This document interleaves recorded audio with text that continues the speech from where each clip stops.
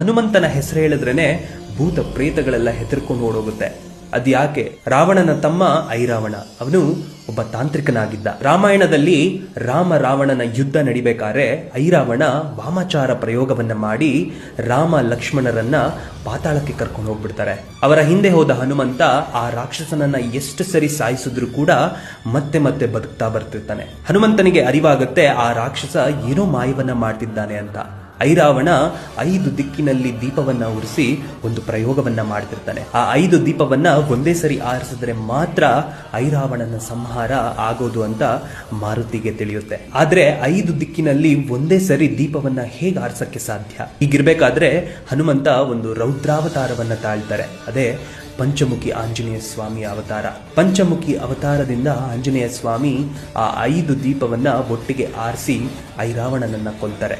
ಆಂಜನೇಯನ ಆ ರೂಪವನ್ನ ನೋಡಿ 3 ಲೋಕಗಳೇ ನಡಗೋಗುತ್ತೆ.